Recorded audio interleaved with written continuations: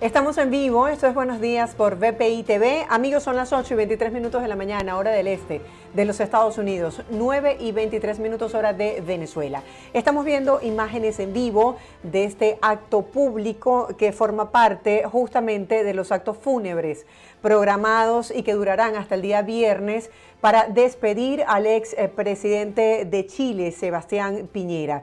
Diferentes personalidades del mundo político se han pronunciado lamentando esta pérdida y justamente el día de hoy tenemos con nosotros al periodista e internacionalista Alejandro Linares para que nos comente un poco cuáles han sido las reacciones y sobre todo cuál ha sido la participación que tuvo en el mundo político Sebastián Piñera. Gracias por acompañarnos, Alejandro, bienvenido.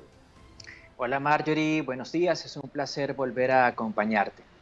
Sí, esta noticia pues tiene de luto no solamente a Chile, sino que ha conmocionado a diferentes naciones y presidentes y líderes se han manifestado mostrando su dolor, su tristeza por esta pérdida. ¿Quién era Sebastián Piñera? Y háblanos un poco acerca de su trayectoria.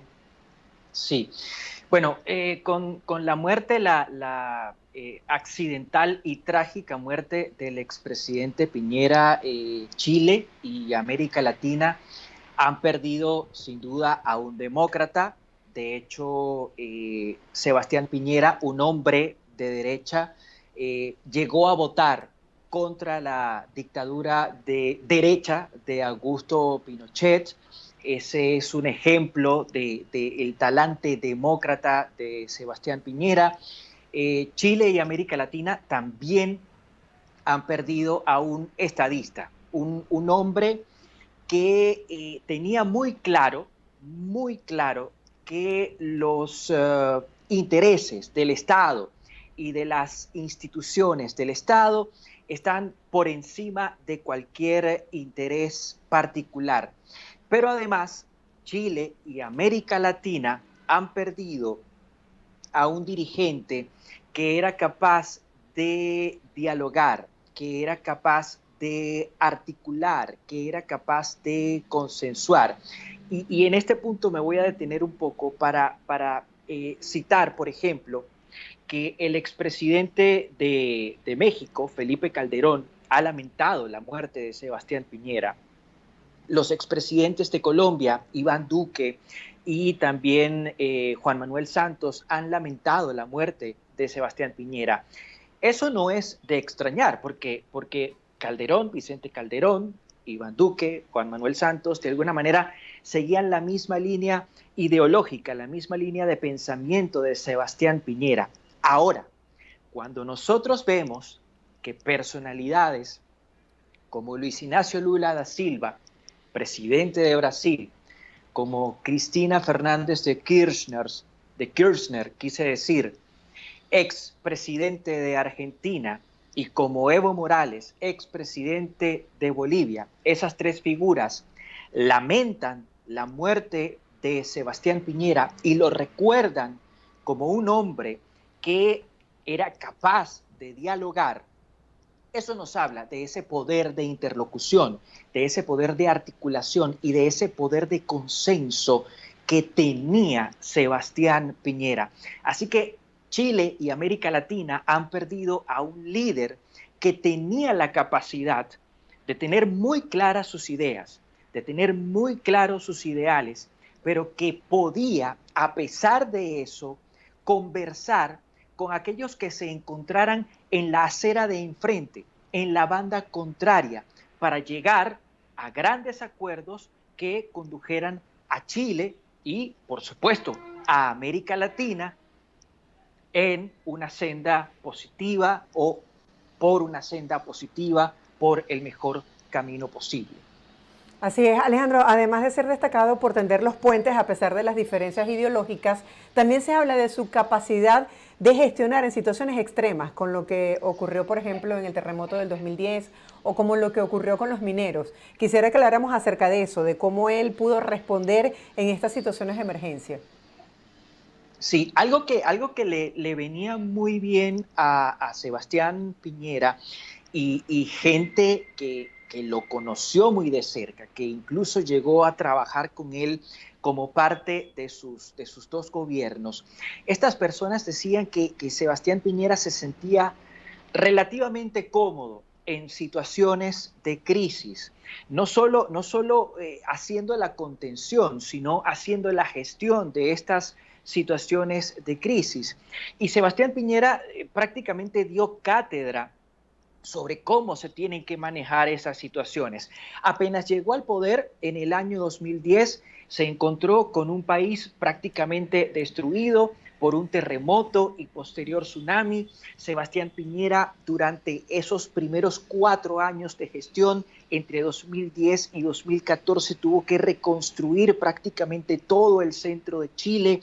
Esto le llevó a emprender una campaña de construcción de viviendas, que era lo fundamental. Le llevó a priorizar obras civiles, construcción o reparación de carreteras, construcción o reparación de puentes, construcción o reparación de viviendas para reconstruir Chile. Pero luego se encontró, por ejemplo, con este incidente en la mina San José, en el desierto de Atacama, donde 33 mineros quedaron prácticamente presos, casi que sepultados durante 69 días, y aún con opiniones en contra, porque hay que decirlo, mucha gente de su entorno se opuso al operativo que logró sacar con vida a los 33 mineros de esa mina de San José en Atacama. Aún con opiniones en contra, se dispuso a adelantar un operativo que en muchas ocasiones él supervisaba de manera personal y que logró no solo sacar con vida a los 33 mineros del fondo de la tierra, sino que además logró proyectar la imagen de Piñera a nivel internacional como un hombre capaz de gestionar las crisis, administrarlas bien, contenerlas y resolverlas. Ahora, no todo fue color de rosa y quisiera que compartieras con la audiencia un poco las dificultades que tuvo que afrontar en su segundo periodo de gobierno. Sí, bueno, en el segundo periodo de Sebastián Piñera, pues enfrentó dos grandes dificultades. La primera de ellas, la pandemia por la COVID-19. Ese fue un gran reto que enfrentó Piñera durante su segundo gobierno, 2018-2022. Sin embargo, lo hizo también que convirtió a Chile en uno de los primeros países del mundo en llegar a acuerdos con los laboratorios que produjeron fármacos, que produjeron vacunas anti-COVID-19, y ese acuerdo le permitió a Chile ser de los primeros países del mundo en tener acceso a esas vacunas. De hecho, Chile se convirtió en un referente en la región sobre cómo llegar a acuerdos con los laboratorios, cómo recibir las vacunas y cómo distribuirlas para contener la epidemia o la pandemia por COVID-19. Pero en el segundo mandato, también hacia 2019, Sebastián Piñera tuvo que enfrentar el que, a mi entender, fue el reto más importante de toda su carrera política y de toda su trayectoria como presidente de Chile, que fue el estallido social de 2019. ¿Por qué digo que fue el reto más importante? Lo digo porque las otras crisis, la de los mineros, la reconstrucción de Chile después del terremoto y del tsunami, incluso la pandemia por COVID-19, esas crisis fueron, por así decirlo, provocadas por desastres naturales, provocadas por causas naturales. El estallido social de 2019 fue la primera gran crisis que enfrentó Piñera, que no tuvo un origen natural. Su origen fue social y político, fue sociopolítico. Y además fue un estallido absolutamente inesperado. Entonces, Sebastián Piñera ante ese estallido, en primer lugar, hay que decirlo, hay que reconocerlo, él no logró interpretarlo bien y quizá por eso, en un primer momento, se decreta el estado de emergencia, saca a las Fuerzas Armadas a la calle y se producen estos enfrentamientos que dejaron al final entre 30 y 34 personas fallecidas. Sin embargo, luego de ese pequeño paso en falso, Sebastián Piñera logró reconocer su equivocación, logró reconocer que no había entendido el problema de la manera adecuada y no solo hizo un mea culpa, sino que además rectificó, porque luego de esa primera decisión desacertada, Piñera sale, reconoce que en efecto en la sociedad chilena había reivindicaciones que no habían sido cumplidas, que no habían sido escuchadas ni por su gobierno ni por los gobiernos anteriores. Y en ese momento, Sebastián Piñera, ante un escenario de posible ruptura institucional, zanjó el problema con una medida no solo pacífica, sino institucional. Sebastián Piñera convocó a un plebiscito, que fue el plebiscito que posteriormente le dio vida a la reforma constitucional, que ya vimos que no se logró porque hubo 2 intentos, ambos fueron rechazados y al final quedó vigente la constitución que heredó Chile desde la era de Augusto Pinochet. Pero Piñera fue quien tomó la decisión y quien dio el paso de zanjar una crisis social y política, no por la vía de la fuerza, no por la vía de las armas, no por la vía de la represión, sino por la vía institucional al convocar un plebiscito para modificar la Constitución. Bueno, aquí cabe esa frase de errar es de humanos y rectificar es de sabios. Alejandro, también al expresidente Piñera se le ha reconocido por ser un gran aliado de la democracia en Venezuela. Quisiera que habláramos un poco acerca de esa relación con Venezuela.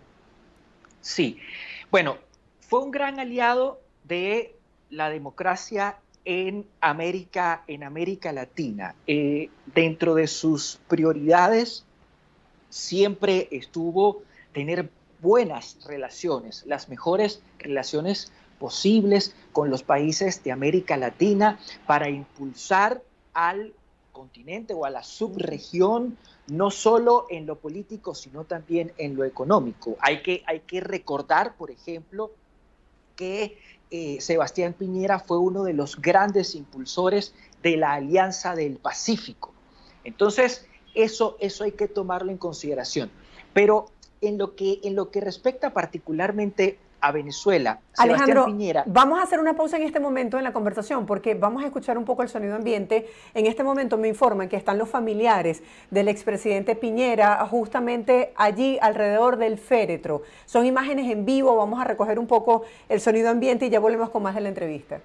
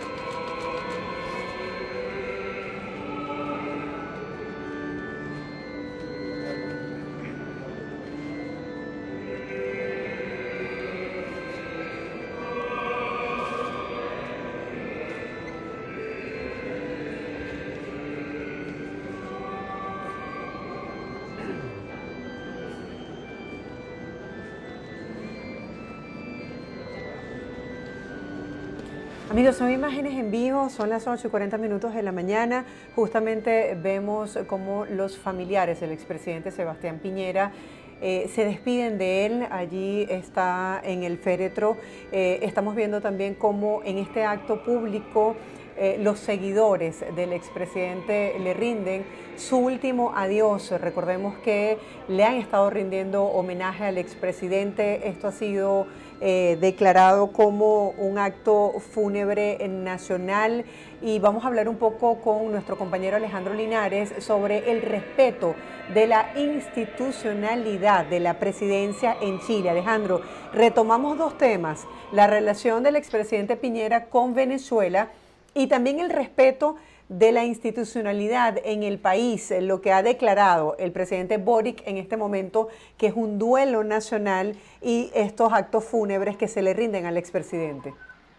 Sí, bueno, para responder en primer lugar, la relación de Sebastián Piñera con Venezuela, hay que decir que el expresidente, ahora fallecido Sebastián Piñera, siempre mantuvo una buena relación con los gobernantes legítimos de Venezuela. Mantuvo una buena relación con Hugo Chávez. De hecho, mucha gente no lo recuerda, pero la CELAC, que fue prácticamente una creación de Hugo Chávez, fue presidida por primera vez. De hecho, el primer presidente pro tempore de la CELAC fue Sebastián Piñera. Eso habla de la capacidad de interlocución que tenía Piñera con gente que no estaba en su misma línea ideológica. Pero luego, durante el gobierno Maduro, mantuvo también buenas relaciones, y cuando empezaron a romperse de alguna manera los hilos institucionales, las estructuras institucionales en Venezuela, Sebastián Piñera fue uno de los que alzó la voz, y siempre, hasta hace muy poco, hasta días anteriores a su lamentable muerte, siempre estuvo haciendo esfuerzos, haciendo llamados para que en Venezuela se retome la democracia, la institucionalidad, el Estado de Derecho.